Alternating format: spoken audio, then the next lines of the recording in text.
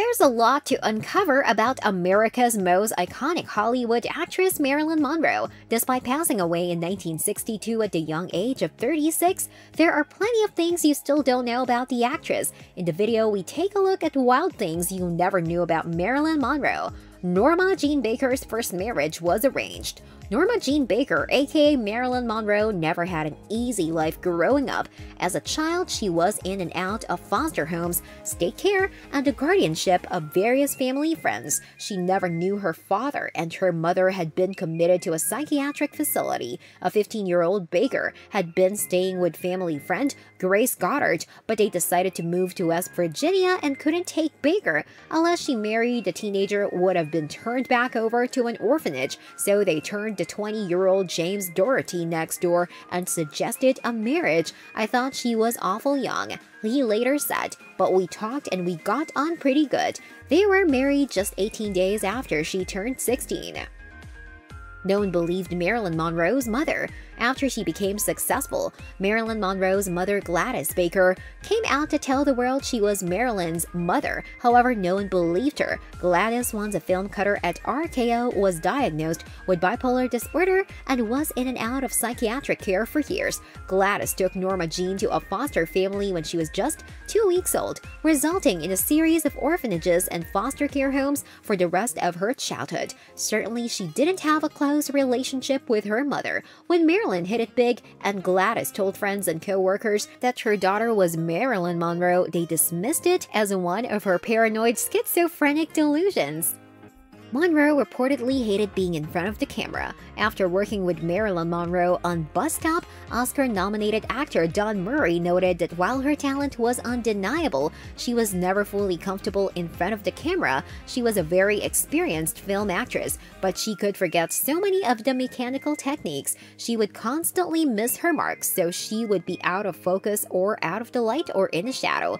Murray said, "I think it was a lack of confidence. For somebody who the camera loved, she was still terrified of going before the camera and broke out in a rash all over her body. And she tried to stay out of the sun." Marilyn also hated the sun and tans. Despite its great vogue in California, I don't think suntan skin is any more attractive, or any healthier for that matter. Monroe once said, "I'm personally opposed to a deep tan because I like to feel blonde all over." Monroe had a thing for intellectual men.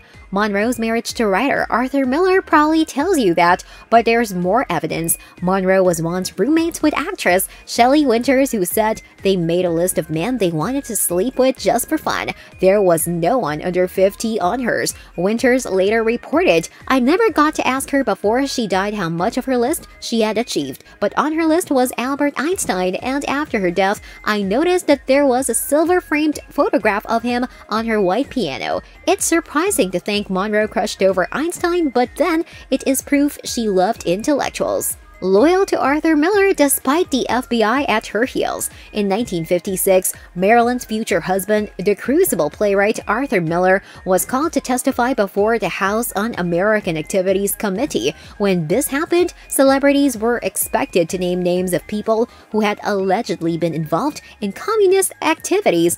Miller refused to do so, which could have landed him in prison. Marilyn's steadfast commitment to Miller probably kept the playwright from being sentenced. It probably didn't hurt that he announced their wedding plans in the middle of his testimony. Due to her relationship with Miller, the FBI opened a file on Monroe. It was the start of the Cold War, and the FBI was concerned with Miller's anti-American activities. What's more, Monroe also made a request to visit the Soviet Union in 1955. She never actually made the trip. It just goes to show the urgency the FBI had to track Hollywood actors at the height of a possible future war. What's more, the only house Monroe ever owned, a modest hacienda in Brentwood, California, was purchased by married actors Michael Irving and Veronica Hamel in the early 1970s, roughly a decade after Marilyn had died there. During a remodel, the couple discovered a sophisticated government-grade phone tapping system that extended throughout the house.